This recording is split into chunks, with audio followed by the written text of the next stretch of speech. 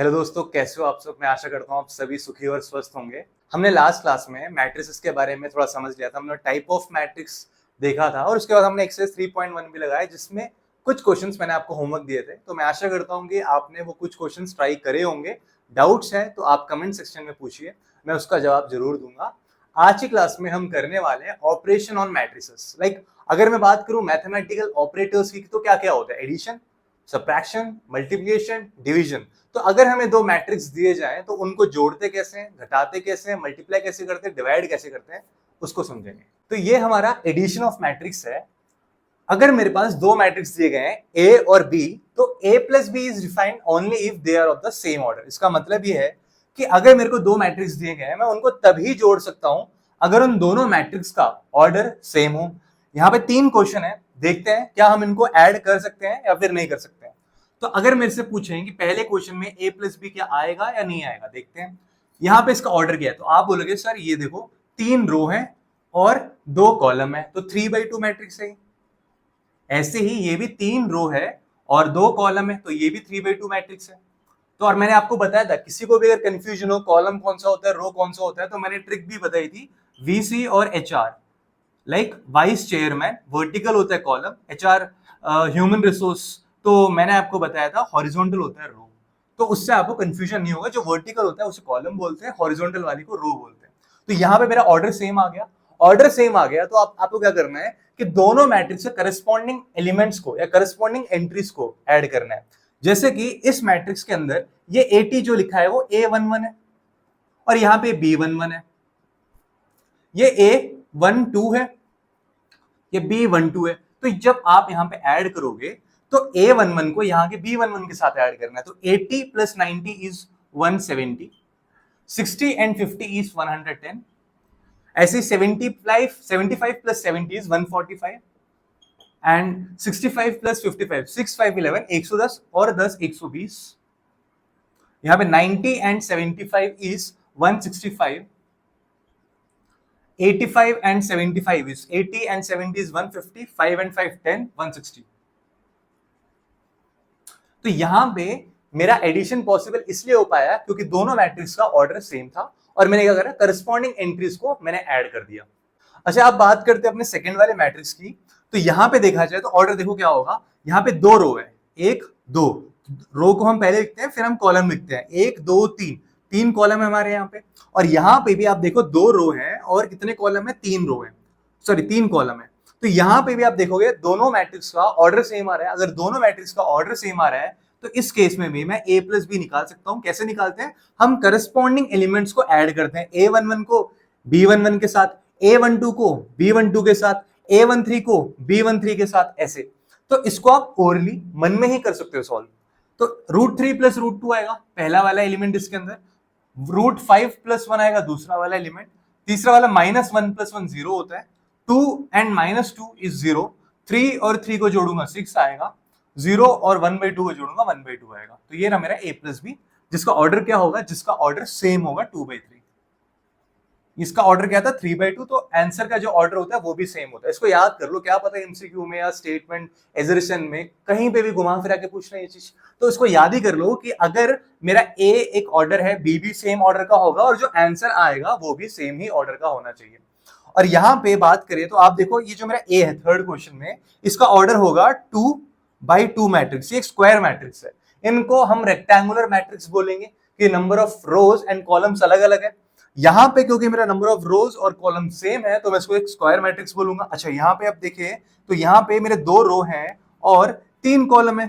अगर आप यहाँ पे देखोगे, यहाँ पे मेरा जो ऑर्डर है 2/2 है और यहाँ मेरा ऑर्डर 2/3 है। तो मैंने अभी यहाँ पे ऊपर क्या बोला था कि दो मैट्रिक्स को मैं तभी ऐड कर सकता हूं अगर वो सेम ऑर्डर के हो सकते हैं तो ही, लेकिन यहाँ पे दोनों अलग अलग ऑर्डर के हैं तो यहाँ पे a प्लस बी निकालना संभव नहीं है।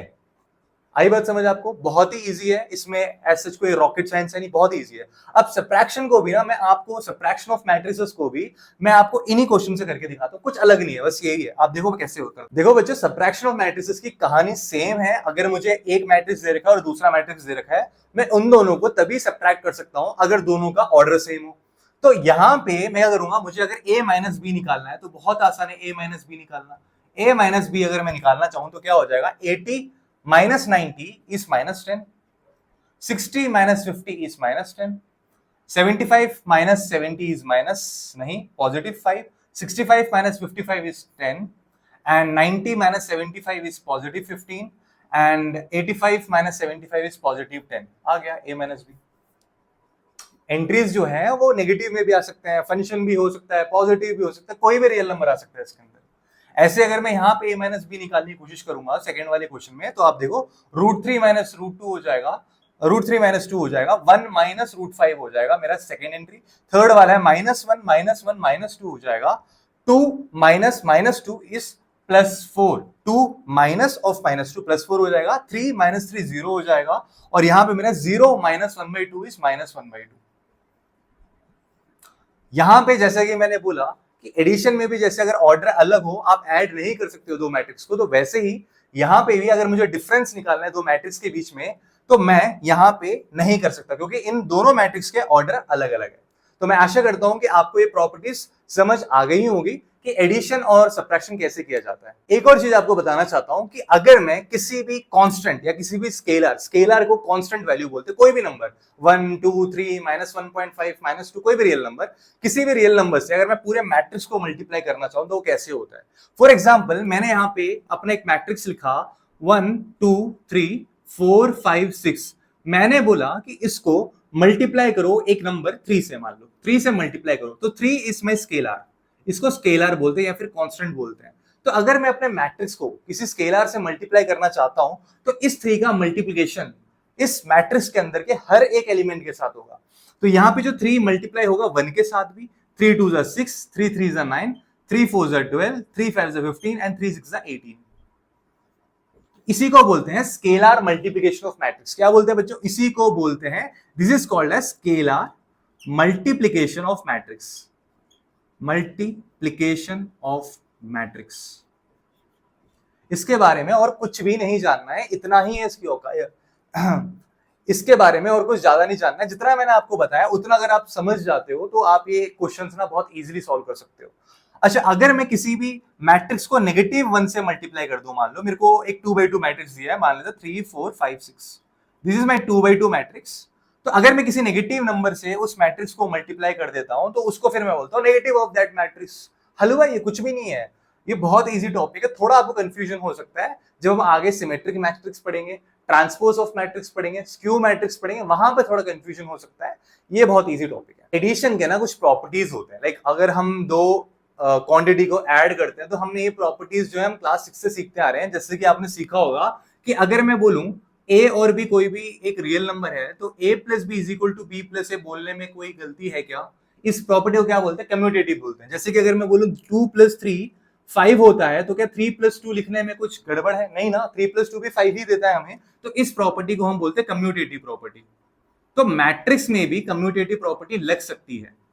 जैसे कि मैंने यहाँ पे क्या करा, मैंने यहाँ पे a plus b add a plus b करा, मैंने मैट्रिक्स को क्या करा यहाँ पे a प्लस बी करा। तो जब मैं यहाँ पे a प्लस बी करूं या फिर यहाँ पे मैं b प्लस a करूं मैट्रिक्स, मेरा आंसर दोनों केस में सेम आएगा। करके देख लेना, चाहे आप a को b में जोड़ो या फिर b को a में जोड़ो, आंसर सेम आना है। So this is my commutative property. अच्छा, अगर हम बात करें, हमने एक और प्रॉपर्टी सीखी थी क्लास 6th में 7th में, हम सीखते आ रहे हैं सारी चीजें, एसोसिएटिव प्रॉपर्टी। एसोसिएटिव प्रॉपर्टी का मतलब क्या होता है? कम्यूट का मतलब होता है चेंज करना, कम्यूट का मतलब होता है चेंज करना, अपनी पोजीशन को चेंज करना। एसोसिएटिव का मतलब होता है ग्रुप करना, एसोसिएट मींस ग्रुप, ग्रुप बनाना, तो ग्रुपिंग। तो यहां पे अगर मैं बोलूं मेरे पास 3 मैट्रिक्स है, मान लो A, B और C, मैं तीनों को जोड़ रहा हूं। यहां पे भी 3 मैट्रिक्स है, A, B और C, तीनों को जोड़ रहा हूं मैं।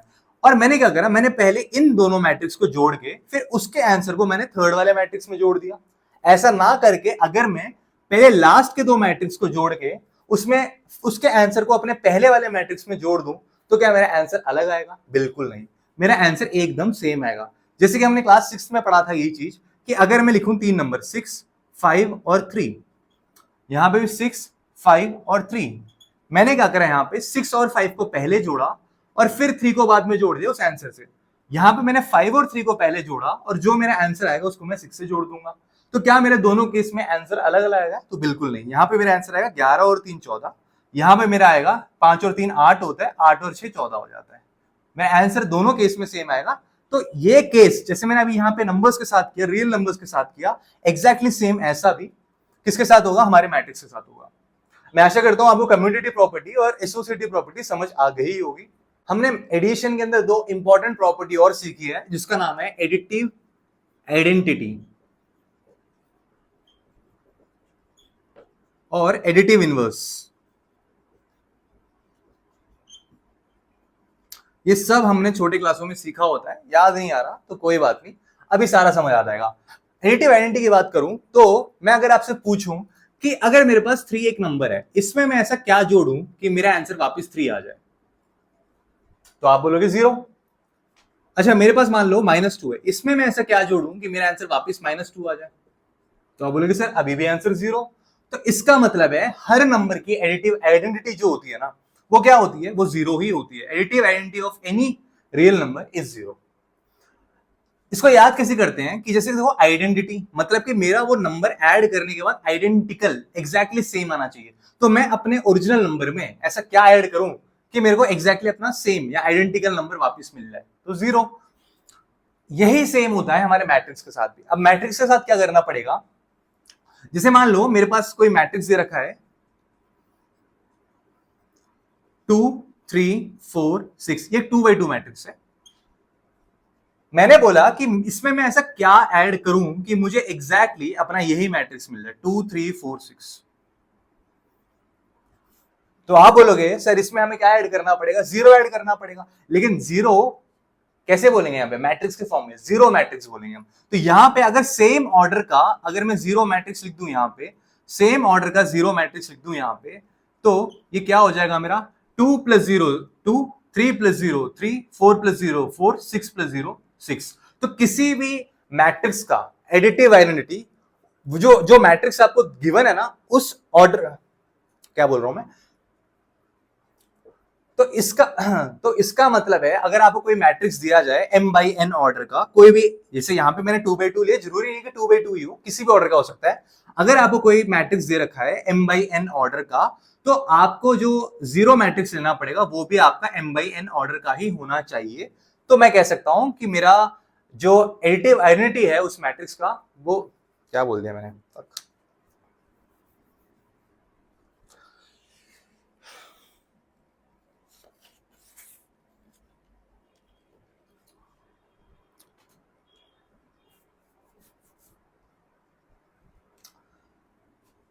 तो यहां पे अगर मान लो मेरे पास एक मैट्रिक्स है A जिसका ऑर्डर है क्या है m/n ऑर्डर का मुझे मैट्रिक्स दिया गया है। और अगर क्वेश्चन में पूछा जाए कि इसका एडिटिव आइडेंटिटी क्या होगा, तो इसका एडिटिव आइडेंटिटी होगा 0 मैट्रिक्स जिसका ऑर्डर भी m/n ही होगा। मैं आशा करता हूं कि आपको ये वाला चीज समझ आ गया होगा। अब हम बढ़ते हैं एडिटिव इनवर्स की तरफ। तो हमने बहुत पहले पढ़ा है कि अगर मुझे किसी भी नंबर का एडिटिव इनवर्स निकालना है, इसका मतलब वो ये पूछ रहे हैं कि 3 में मैं ऐसा क्या जोड़ूं कि मेरा आंसर 0 आ जाए, या फिर 3 में मैं ऐसा क्या जोड़ूं कि मेरा आंसर 0 आ जाए, या फिर अगर कोई और नंबर है -2 में मैं ऐसा क्या जोड़ूं कि मेरा आंसर 0 आ जाए। तो आप बोलोगे सर अगर ये पॉजिटिव 3 है तो एग्जैक्टली इसका ऑपोजिट -3, और अगर ये -2 है तो एग्जैक्टली इसका ऑपोजिट +2 जोड़ दो तो मेरा आंसर 0 आ जाएगा। सेम ही हमारा मैट्रिक्स के साथ भी होगा। तो अगर मेरे को कोई मैट्रिक्स दे रखा है, मान लो मेरा मैट्रिक्स है A जिसका ऑर्डर है m/n। अगर आपसे पूछा जाए कि इस मैट्रिक्स का एडिटिव इनवर्स क्या होगा, यानी कि वो पूछना चाहते हैं कि आप इसमें ऐसा क्या ऐड करो, आप इसमें ऐसा कौन सा मैट्रिक्स ऐड करो कि आपका जो मैट्रिक्स है ना, वो कौन सा मैट्रिक्स है, 0 मैट्रिक्स है। किस ऑर्डर में, m/n ऑर्डर में। आप इस मैट्रिक्स में ऐसा क्या ऐड करो कि आपका 0 मैट्रिक्स है जिसका भी ऑर्डर m/n हो। तो यहां पे जो मैं ऐड करूंगा वो होगा negative of the matrix I have taken here, so -a which will be of the order m/n। मैं आशा करता हूं आपको ये सारी बातें समझ आ गई होगी। कुछ क्वेश्चंस लगाते हैं जिससे कि हमारा कंसेप्ट और ज्यादा स्ट्रांग हो। तो बच्चों ये आपके बुक का ही एक एग्जांपल है। हमको यहाँ पे दो मैट्रिक्स दे रखे हैं, मैट्रिक्स A और मैट्रिक्स B। हमसे पूछा गया है कि find the matrix X such that 2A + 3X = 5B। तो यहाँ पे ये भी मैट्रिक्स है, ये भी मैट्रिक्स है, ये भी मैट्रिक्स है। तो 2, 3 और 5 इस क्वेश्चन में स्केलर का काम कर रहे हैं, जो मैं बोल रहा था कांस्टेंट है। तो आपको सबसे पहले देखना है कि आपका जो ए है और जो बी है वो किस ऑर्डर का मैट्रिक्स है। तो आप बोलोगे सर जो मेरा ए है वो एक्चुअली में किस ऑर्डर का मैट्रिक्स है, आप बोलोगे सर ये हो जाएगा मेरा 1 2 3, 3 रो है यहाँ पे और 2 कॉलम है। और अगर मैं बी की बात करूं, बी में भी 3 रो है और 2 कॉलम है। तो यहाँ पे रो कॉलम वाला कोई स्यापा नहीं होगा क्योंकि ऑर्डर दोनों का सेम है, सेम ऑर्डर, तो जोड़ने घटाने में दिक्कत नहीं आएगी, ऑर्डर सेम है ए और बी का। अब चलो बात करते हैं इसकी, 2a plus 3x is equal to 5b। कुछ समय के लिए भूल जाओ कि हम मैट्रिक्स कर रहे हैं, मान लो कि लीनियर इक्वेशन है। लीनियर इक्वेशन होता तो आप क्या करते, सिंपली x की वैल्यू निकालने के लिए आप क्या करते, आप इस 2a को वहां लेके जाते, तो ये हो जाता 3x is equal to 5b minus 2a। x की वैल्यू निकालनी है आपको, तो ये 3 अगर मैं वहां ट्रांसपोज करूंगा तो ये हो जाएगा 1/3 इंटू 5b माइनस 2a। बस लीनियर इक्वेशन यहां तक था। अब आपको सीधा वापस मैट्रिक्स पे आ जाना है, तो यही एग्जैक्टली हम यहाँ क्या करेंगे, मैट्रिक्स के साथ भी करेंगे। हम यहाँ पे एक्स मैट्रिक्स की वैल्यू निकालने के लिए हम क्या करेंगे, 1/3 इंटू क्या माइनस करना है हमें 5 टाइम्स ऑफ बी। अगर मैं आपसे पूछूं कि 5 टाइम्स ऑफ बी क्या होगा, तो मैंने आपको बताया था कि अगर मैं किसी भी स्केलर नंबर को एक मैट्रिक्स के अंदर मल्टीप्लाई कर दूं, 5 टाइम्स ऑफ बी क्या होगा, अगर मैं किसी भी एक स्केलर नंबर को अगर मैं मैट्रिक्स के अंदर मल्टीप्लाई कर दूं तो वो जो स्केलर है वो सारे एलिमेंट के साथ मल्टीप्लाई हो जाता है। बहुत आसान चीज है ये। अभी देखो, ये अगले बार तो मैं लिख के भी नहीं दिखाऊंगा, फटाफट करूंगा। देखो 5 2 10 हो गया, ये हो गया मेरा 5 माइनस 2 माइनस 10 हो गया, 5 4 20 हो गया, 5 2 10 हो गया, 5 5 25 हो गया, 5 1 5 हो गया, खत्म। मेरा मैट्रिक्स आ गया कौन सा वाला, मेरा 5b वाला मैट्रिक्स आ गया यहाँ पे। अच्छा ठीक है, माइनस अब यहाँ पे क्या है, 2 times of a। 2 times of a कैसे होगा वो मैं लिख के नहीं दिखाऊंगा। देखो 2 टाइम्स ऑफ a का मतलब है 2 जो होगा वो सब एलिमेंट्स के साथ मल्टीप्लाई होगा। 2 8 16, 2 0 0, 2 4 8, 2 into -2 -4, 2 into 3 6 and 2 6 12। ये देखो, अभी भी देखो ऑर्डर में कोई चेंज नहीं आया, क्योंकि स्केलर नंबर से किसी मैट्रिक्स को मल्टीप्लाई कर दूंगा तो ऑर्डर में कोई चेंज नहीं आता, ऑर्डर अभी भी सेम है। तो आप डायरेक्टली इसको माइनस करो, तो माइनस करोगे तो क्या आएगा, देखो 10 को 16 से माइनस करूंगा, देखो इसको इससे माइनस करूंगा, इसको इससे माइनस करूंगा, तो 10 को 16 से माइनस करूंगा, -6 आएगा।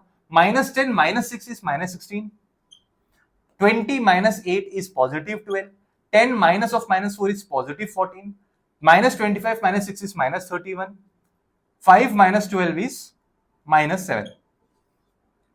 तो ये आ गया मेरा मैट्रिक्स। और यहां पे क्या लिखा था 1/3, तो आप 1/3 मेरे स्केलर का काम कर रहे हैं। तो मैंने क्या बोला था कि किसी भी स्केलर नंबर को आप किसी मैट्रिक्स से मल्टीप्लाई करना चाहते हो तो ये जो स्केलर नंबर है सबके साथ मल्टीप्लाई होगा। तो जब ये 1/3 अंदर जाएगा तो ये क्या हो जाएगा, -6 इंटू 1/3 क्या होगा, -2 हो जाएगा, -16/3 हो जाएगा, ये 4 हो जाएगा, ये 14/3 हो जाएगा, ये वाला -31/3 और ये वाला -7/3 हो जाएगा। तो आई गेस, तो आई होप कि आपको ये वाला क्वेश्चन बहुत अच्छे से समझ आ गया होगा। अगले क्वेश्चन पे बढ़ते हैं। तो चलो बच्चों एक और क्वेश्चन करते हैं। यहाँ पे x + y एक मैट्रिक्स दे रखा है, x - y भी एक मैट्रिक्स दे रखा है। हमें बताना है कि x और y कैसा मैट्रिक्स होगा, लाइक उसकी एंट्रीज बतानी है, कौन कौन सी एंट्रीज आएगी इन दोनों मैट्रिक्स के अंदर। तो यार हमने एक्चुअली ऐसे क्वेश्चन जब भी आ जाए ना, इसको एकदम से जो हमने क्लास 10th में या 8th में हमने लीनियर इक्वेशन वाला जो चैप्टर पढ़ा था वैसे ही सॉल्व करना है। मेरे को क्या दे रखा है, x + y is equal to 5 2 0 9, x - y is equal to 3 6 0 -1। Elimination method तो मैं आप सबको याद होगा, तो इसमें एलिमिनेशन मेथड लगा के एक काम करो, इस y को कैंसिल आउट कर दो। मैं क्या करूंगा, मैं इस y को कैंसिल आउट कर दूंगा तो ये y तो 0 हो जाएगा। जब ये दोनों जुड़ेंगे तो ये +y -y 0 हो जाएगा, x और x जुड़ेगा तो 2x हो जाएगा, इज इक्वल टू, अब जब ये दोनों जुड़ेगा तो क्या आएगा, आपको पता है कि दो मैट्रिक्स को जोड़ने के लिए उसका ऑर्डर सेम होना चाहिए, तो ऑर्डर तो दोनों में 2/2 है, तो कोई दिक्कत वाली बात नहीं है। तो यहाँ पे 5 + 3 8, 2 + 6 8, 0 + 0 0, 9 - 1 8। तो यहाँ पे 2x + 0 इज इक्वल टू, मुझे ये वाला मैट्रिक्स मिल गया। जीरो की तो कोई अहमियत यहाँ पे नहीं है, नोटों में तो जरूर होती है जीरो की अहमियत। तो यहाँ पे अगर मैं बोलूं कि मुझे x की वैल्यू निकालनी, तो आप क्या बोलोगे, अगर ये एक लीनियर इक्वेशन होता तो x की वैल्यू हम क्या करते, 2 को वहां ट्रांसपोज करते तो मुझे x की वैल्यू मिल जाती। सेम चीज हमें यहाँ पे भी करनी है। मैं अगर 2 को ट्रांसपोज करूंगा तो यहाँ पे 1/2 हो जाएगा और ये हो जाएगा 8 8 0 8। और होता क्या है, ये मैंने आपसे बोला कि ये एक स्केलर की तरह काम करेगा और ये अंदर जाएगा, तो 1/2 × 8 इज 4, 4 0 4। तो मेरे को अपनी x की वैल्यू यहां मिल चुकी है। अब मुझे क्या करना है, मुझे सिंपली y निकालना है। तो मेरे को जो x की वैल्यू मिली है ना, तो आई विल राइट कि substituting the value of x, substituting the value of x इन, इसको दो इक्वेशन मान लेते हैं, हमारा इक्वेशन नंबर 2 है, ये हमारा इक्वेशन नंबर 1 है, तो इन इक्वेशन 2 मान लेते हैं। चलो, तो अगर मैं x की वैल्यू को यहां सब्स्टिट्यूट करूं तो क्या हो जाएगा, 4 4 0 4 minus y is equal to 360 and -1। मैंने क्या बोला, मुझे जब भी ऐसे क्वेश्चनों को सॉल्व करो ना, जहां पे x y वगैरह आ जाए, तो लीनियर इक्वेशन जैसा सॉल्व करना, y को वहां ले जाओ, मैट्रिक्स को यहां लेके आओ। तो ये हो जाएगा 4 4 0 4 minus 3 6 0 -1 is equal to positive y। Minus y जब वहां गया तो पॉजिटिव हो गया, ये मैट्रिक्स जब यहाँ पे आया तो नेगेटिव ऑफ मैट्रिक्स हो गया।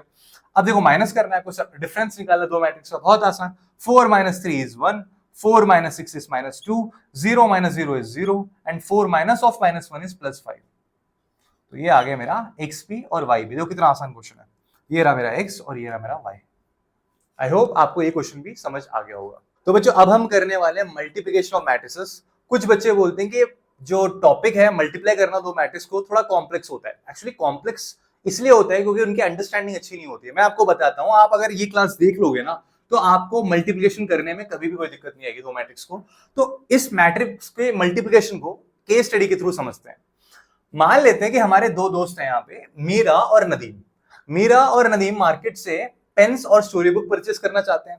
मीरा चाहती है कि वो मार्केट जाके 2 पेन और 5 स्टोरी बुक लेके आए, वहीं नदीम चाहता है कि 8 पेन और 10 स्टोरी बुक लेके आए।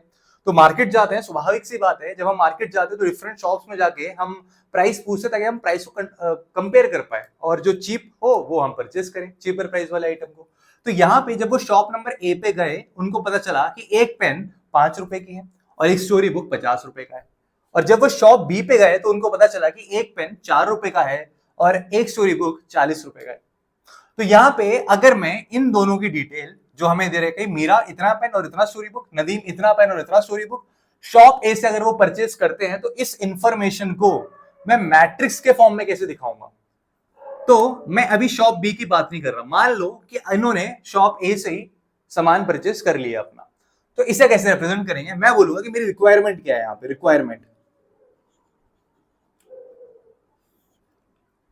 मीरा की रिक्वायरमेंट है 2 पेन और 5 स्टोरी बुक, मीरा की रिक्वायरमेंट। नदीम की रिक्वायरमेंट क्या है, नदीम की रिक्वायरमेंट है 8 पेन और 10 स्टोरी बुक। अगर वो शॉप ए से पेन खरीदते हैं तो एक पेन 5 रुपए का, तो 2 पेन कितने का, 10 रुपए का।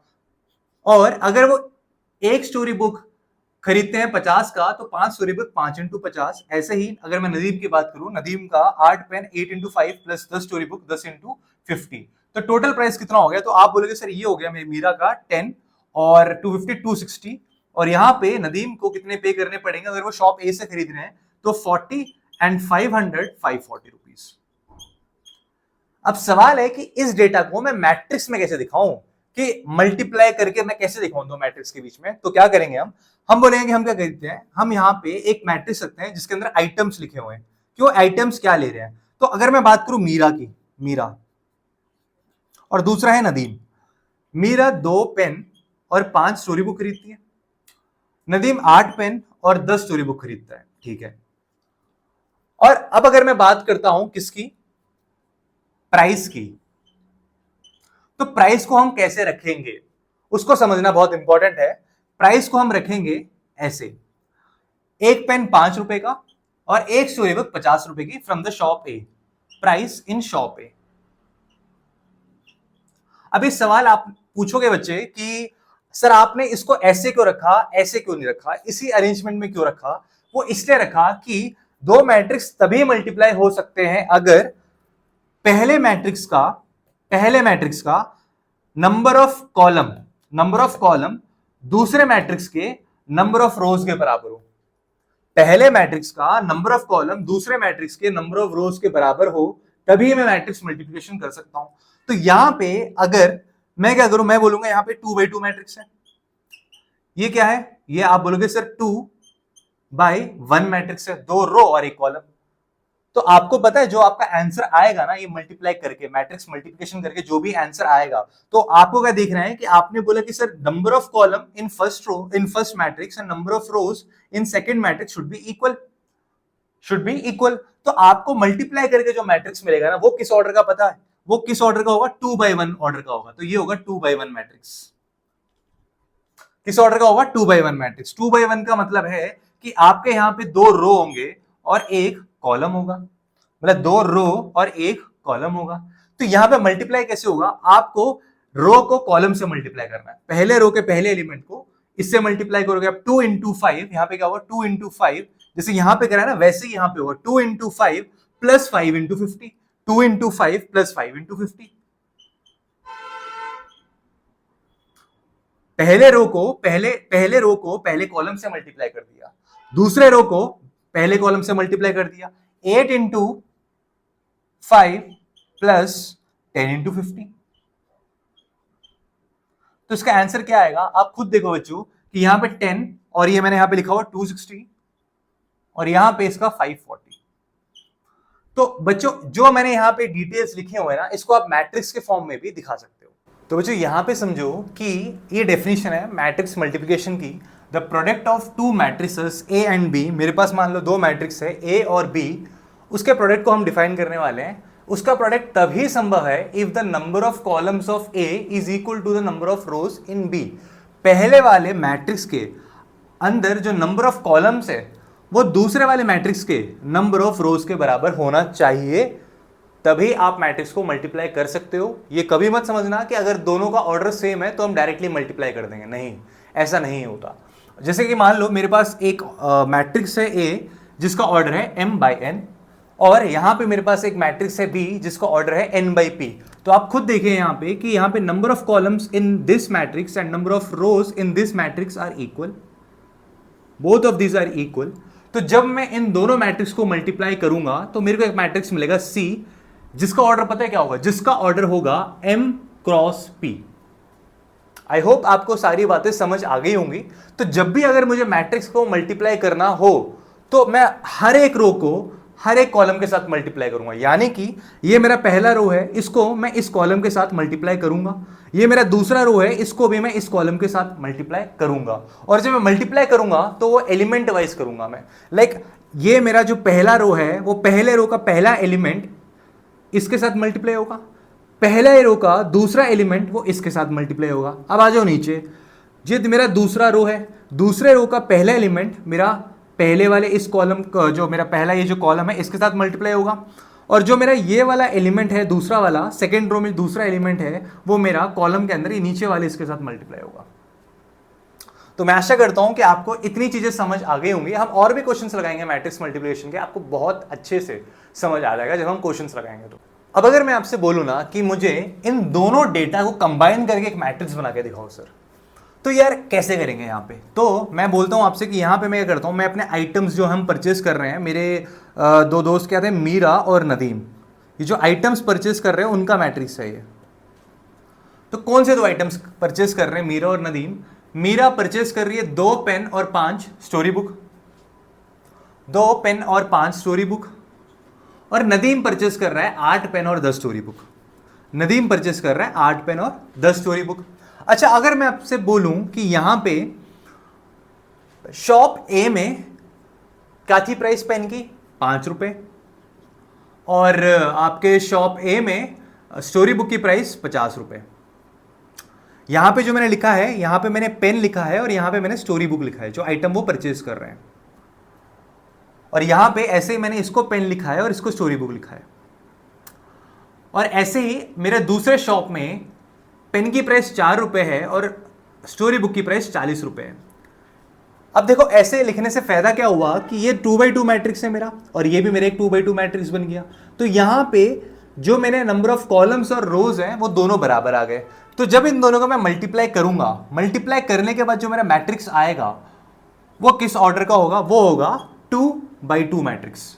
2x2 मैट्रिक्स का मतलब ये होता है कि इसके अंदर 4 एलिमेंट होंगे, 1 2 3 4, ये लिख लिया करो, इससे क्लैरिटी मिल जाएगी आपको कि कैसे करेंगे जल्दी जल्दी फटाफट। अब देखना यहां पे मैंने आपसे क्या बोला था, मैट्रिक्स मल्टीप्लिकेशन में सबसे पहले हम क्या करते हैं, देखते हैं कि पहले मैट्रिक्स का कॉलम और दूसरे मैट्रिक्स का रो बराबर है या नहीं। वो चेक हो गया तो अब हमें कैसे मल्टीप्लाई करना है, मैं पहले रो को पहले कॉलम से मल्टीप्लाई करूंगा, फिर पहले रो को दूसरे कॉलम से मल्टीप्लाई करूंगा। जब ये हो जाएगा फिर मैं नीचे आऊंगा, पहले दूसरे रो को पहले कॉलम से मल्टीप्लाई करूंगा और दूसरे रो को दूसरे कॉलम से मल्टीप्लाई करूंगा। और ये मल्टीप्लिकेशन एलिमेंट वाइज होता है। जैसे कि यहां पे मैंने बोला कि 2 को मैं 5 से मल्टीप्लाई करूंगा, 2 को 5 से मल्टीप्लाई करूंगा और फिर 5 को 50 से मल्टीप्लाई करूंगा। जब मेरा पहला रो और पहला कॉलम हो जाए तो इन दोनों के बीच में एडिशन हो जाना चाहिए। पहले रो के एलिमेंट्स और पहले कॉलम के एलिमेंट्स मल्टीप्लाई हो चुके। अब यहां पे पहला रो और दूसरे कॉलम की अगर मैं बात करूं तो 2 इंटू 4 एलिमेंट वाइज 8 हो गया, प्लस 5 इंटू 40, 5 40 200। ठीक है जी। अब देखो यहां पे कि अगर मैं 8 पेन खरीदता हूं शॉप ए से तो 8 5 कितना होता है 40, और अगर 10 स्टोरी बुक खरीदता हूं तो 10 इंटू 50 शॉप ए से 500। और यहीं पे अगर मैं इस वाले एंट्री की बात करूं तो जो मेरा दूसरा रो होगा वो दूसरे कॉलम से भी मल्टीप्लाई होगा, एलिमेंट वाइज मल्टीप्लिकेशन, और दोनों को जोड़ना है जो मल्टीप्लाई होंगे। तो 8 इंटू 4 32, प्लस 8 इंटू 4 आपने एलिमेंट वाइज जोड़ दिया, पहला ये और फिर ये, उसके बाद प्लस करके आपको इसको इससे जोड़ना है, प्लस 400। तो आपका मैट्रिक्स क्या आएगा, आपका मैट्रिक्स आएगा 10 और 250 260, और यहां पे 208, और यहां पे 540, और यहां पे 432।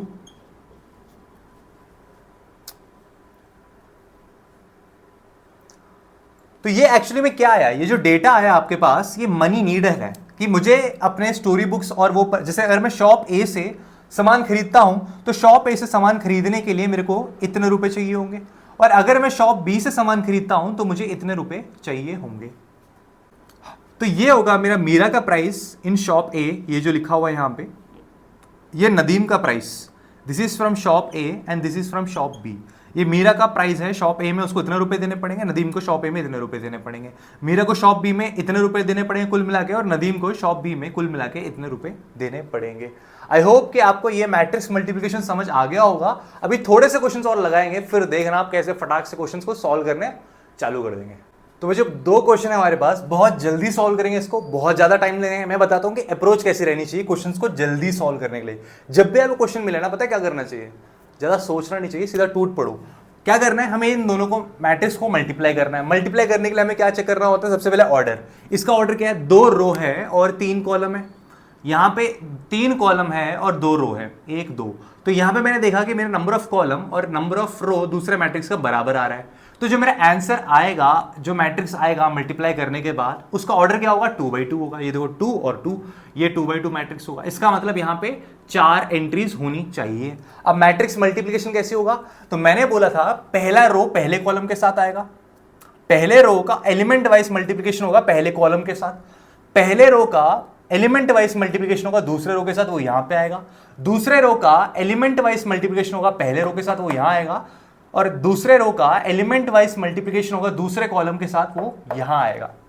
तो यहां पे करेंगे 1 इंटू 2 2 हो गया, प्लस एलिमेंट वाइज मल्टीप्लिकेशन बोला था तो और जोड़ना भी है, -1 into -1 is +1, plus 2 into 5 is 10।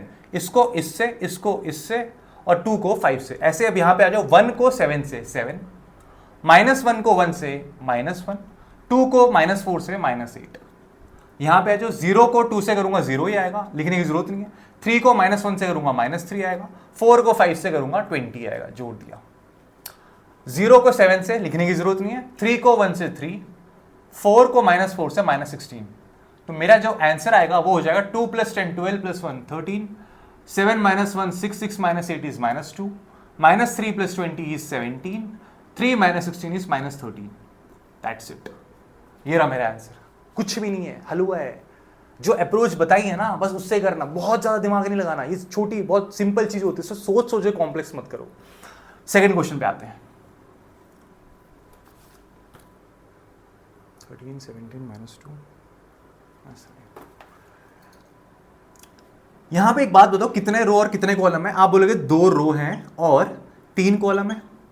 यहां पे 3 रो है और 2 कॉलम है, तो यहां पे रो और कॉलम तो सेम सेम है भाई, कोई दिक्कत नहीं है। तो जो मेरा मैट्रिक्स आएगा मल्टीप्लाई करने के बाद, अगर मैं बोलूं कि यहां पे मुझे a इंटू बी निकालना है, मैं बोलूं कि मेरे को a भी निकालना है, या फिर ऐसे लिखो a भी निकालना है, जहां के पे a पहले लिखा हो और b बाद में लिखा हो, इन दोनों का मल्टीप्लिकेशन करना है।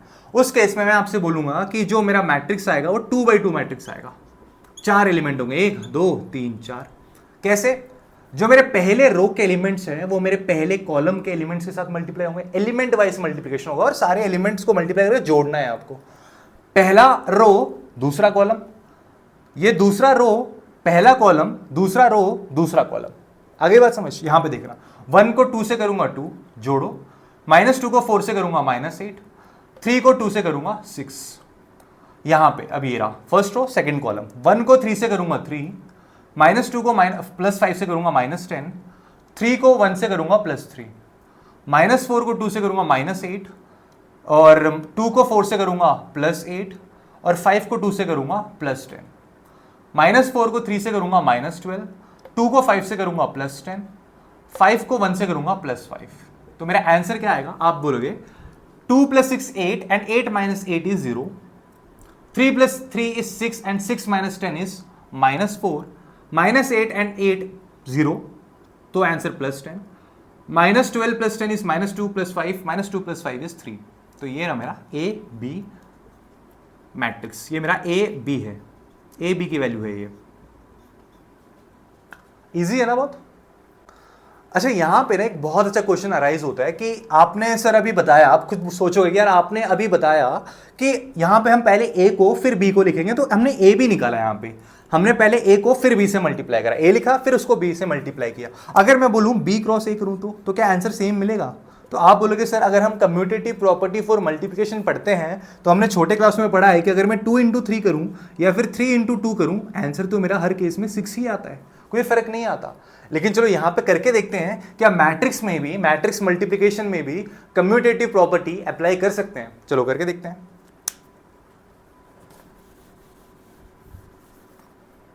तो B क्रॉस A या फिर B को A से मल्टीप्लाई करने के लिए मेरा B जो मैट्रिक्स है वो पहले लिखा होना चाहिए 2 3 4 5 and 2 1। This is 3/2 matrix. और यहां पे मेरा जो A है वो मैट्रिक्स क्या है? 1 -2 3 -4 2 5, ये 3/2 मैट्रिक्स। अब खुद देखो यहां पे, सॉरी 2/3 मैट्रिक्स, क्या लिख दिया मैंने? 2/3 मैट्रिक्स, दिस इज 2/3 मैट्रिक्स। तो आपने बोला कि सर यहां पे देखो 2 और 2, मेरा नंबर ऑफ रो और नंबर ऑफ कॉलम सेम आ रहा है, तो यहां पे मल्टीप्लिकेशन तो बिल्कुल हो सकता है। अगर ये दोनों अलग आते तो मल्टीप्लिकेशन संभव नहीं होता। तो यहां पे जो मेरा आंसर आएगा ना, जो मेरा आंसर मैट्रिक्स होगा उसका ऑर्डर क्या होगा? 3 क्रॉस 3, 3/3 ऑर्डर का होगा, यानी कि यहां पे 3 एंट्री होंगे, 1 2 3 1 2 3, ये रही 3/3 स्क्वायर मैट्रिक्स आएगा। ठीक है, और एंट्रीज होंगी क्या मैं आपको बताता हूं। मेरा पहला रो पहले कॉलम के साथ मल्टीप्लाई होगा, वो यहां आएगा।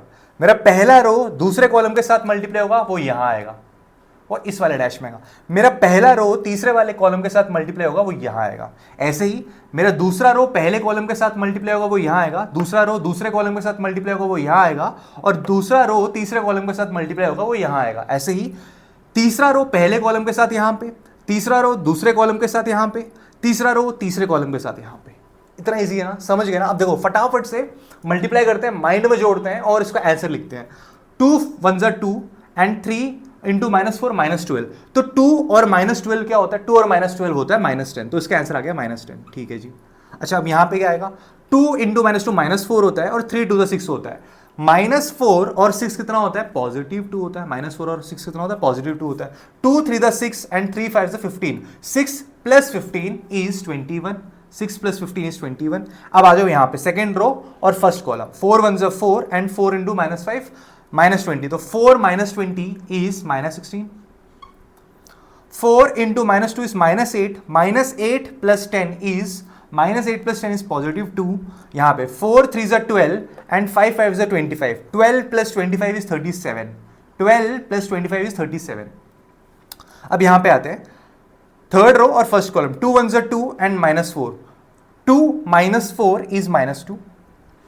Minus 4 and positive 2. Minus 4 and positive 2 is minus 2. 6 and 5 is 11. 6 plus 5 is 11. Minus 10, minus 16, minus 2, 2, 2, minus 2, 21, 37, 11.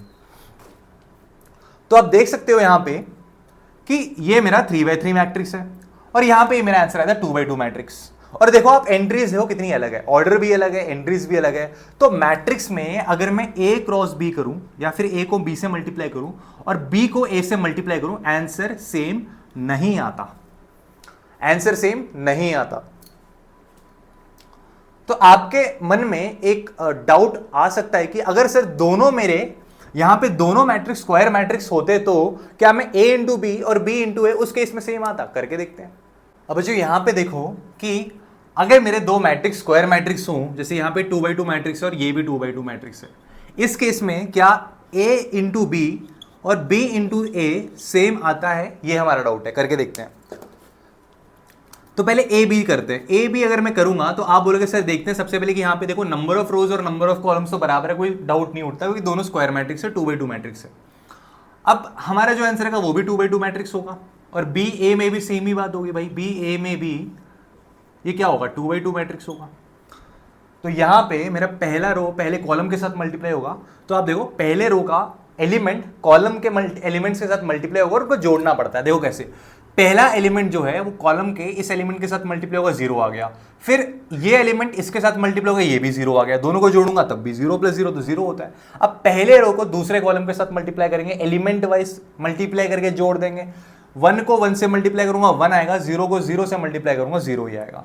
0 को 0 से 0, -1 को 1 से -1, 0 को 1 से 0, -1 को 0 से 0, ये आ गया मेरा ए बी।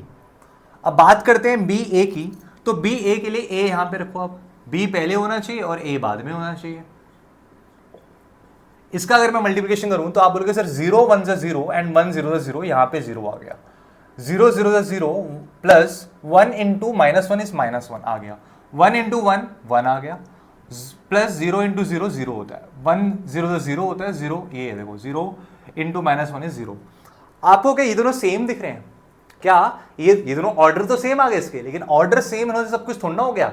जो मेरे एलिमेंट्स हैं इस मैट्रिक्स के अंदर क्या वो सेम है?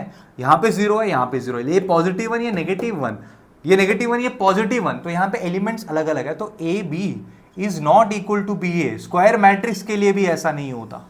आगे बात समझ। तो यहां पे आप पूछोगे सर क्या ऐसा कोई एक्सेप्शन केस है जहां पे ए बी और बी ए बराबर हो जाए? तो ऐसा केस है डायगोनल मैट्रिक्स का। अगर मेरे पास दो डायगोनल मैट्रिक्स है ऑफ द सेम ऑर्डर, अगर मैं उनको मल्टीप्लाई करूं तो उसमें ए बी और बी ए का आंसर सेम आता है। तो अब मैंने यहां पे तो डायगोनल मैट्रिक्स ले रखे हैं। तो सवाल ये कि डायगोनल मैट्रिक्स क्या है? मैंने पिछले क्लास में पढ़ाया था डायगोनल, ऐसा मैट्रिक्स, ऐसा स्क्वायर मैट्रिक्स जिसमें डायगोनल एलिमेंट्स को छोड़ के सारे एलिमेंट्स गोल है, डायगोनल गोल। तो डायगोनल एलिमेंट्स को छोड़ के सारे एलिमेंट्स गोल होने चाहिए। तो डायगोनल का मतलब ऐसे वाला, ऐसे वाला, ऐसे मत लेना, ऐसे वाला। इस वाले एलिमेंट्स को छोड़ के सारे एलिमेंट्स गोल होंगे, उसे हम कहते हैं डायगोनल मैट्रिक्स कहते हैं। और डायगोनल मैट्रिक्स एक स्क्वायर मैट्रिक्स होता है। यहाँ पे 2/2 मैट्रिक्स और ये भी 2/2 मैट्रिक्स। तो जो मेरा ए बी आएगा यहाँ पे इस केस में क्या आएगा? तो आप बोलोगे सर 1 इंटू 3 प्लस 0 इंटू 0, तो ये हो जाएगा 3।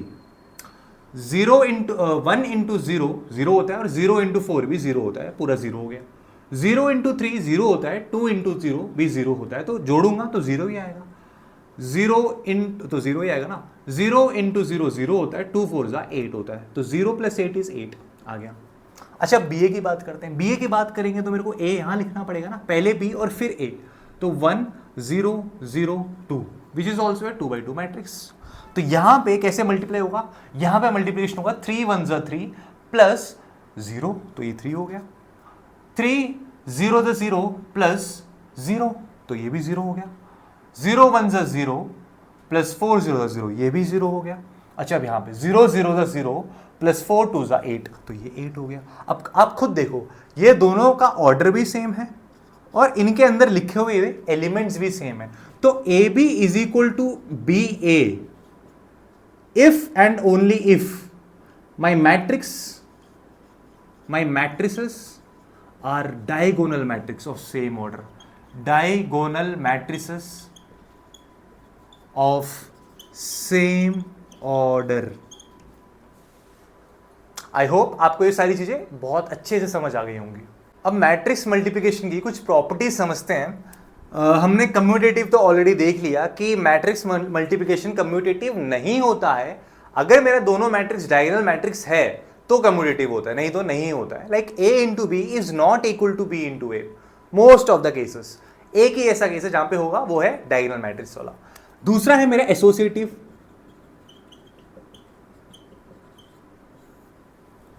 मेरे पास तीन मैट्रिक्स ए बी सी, यहां पे भी तीन मैट्रिक्स ए बी सी। मैंने बोला पहले मैं इन दोनों को मल्टीप्लाई करके इसके आंसर में सी को मल्टीप्लाई कर दूंगा, इसके आंसर से सी को मल्टीप्लाई कर दूंगा। फिर मैंने बोला कि ऐसा नहीं, हम क्या करते हैं, हम पहले ना लास्ट के दो मैट्रिक्स को मल्टीप्लाई करके ए मैट्रिक्स को उसके साथ मल्टीप्लाई करते हैं। क्या दोनों केस में आंसर सेम आएगा? बिल्कुल सेम आएगा अगर ऑर्डर सेम है। और जो मैंने बोला आपसे कि ऑर्डर सेम मतलब कि यहां पे जो मैंने बोला था कि दोनों मैट्रिक्स के अंदर number of rows is equal to number of columns, मतलब पहले वाले का जो इसका जो नंबर ऑफ कॉलम हो वो इसके नंबर ऑफ रोज के बराबर हो, इसका नंबर ऑफ कॉलम जो हो वो इसके नंबर ऑफ रोज के बराबर हो, तो बिल्कुल एसोसिएटिव प्रॉपर्टी यहां फॉलो होती है। एक और प्रॉपर्टी होती है डिस्ट्रीब्यूटिव प्रॉपर्टी।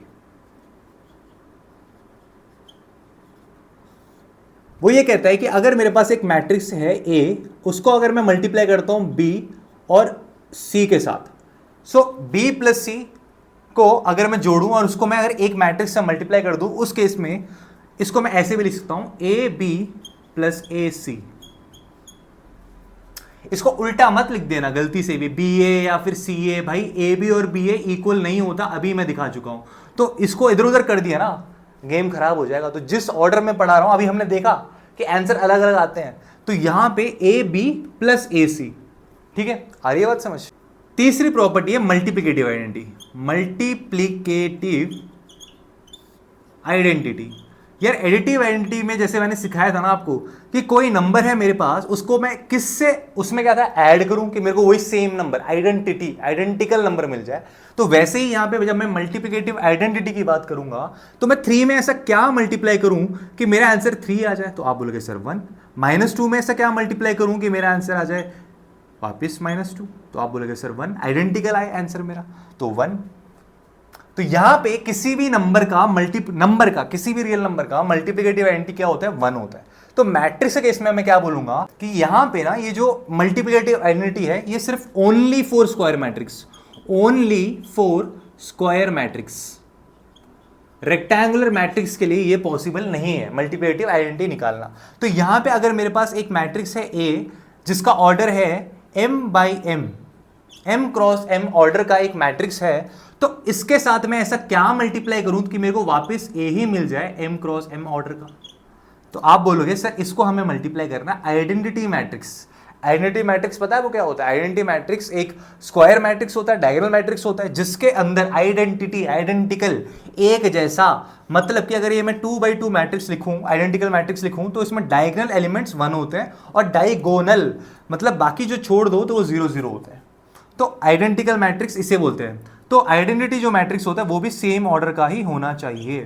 तो ये है मेरा multiplicative identity for N E square matrix of order m by m। I hope कि आपको ये तीन चीज़ें बहुत अच्छे से समझ आ गई होंगी।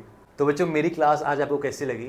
मैं आशा करता हूँ जो भी मैंने आज आपको पढ़ाया आपको बहुत अच्छे तरह से समझ आ गया होगा। यार अगर आ गया है तो यार लाइक शेयर और सब्सक्राइब करना मत भूलना।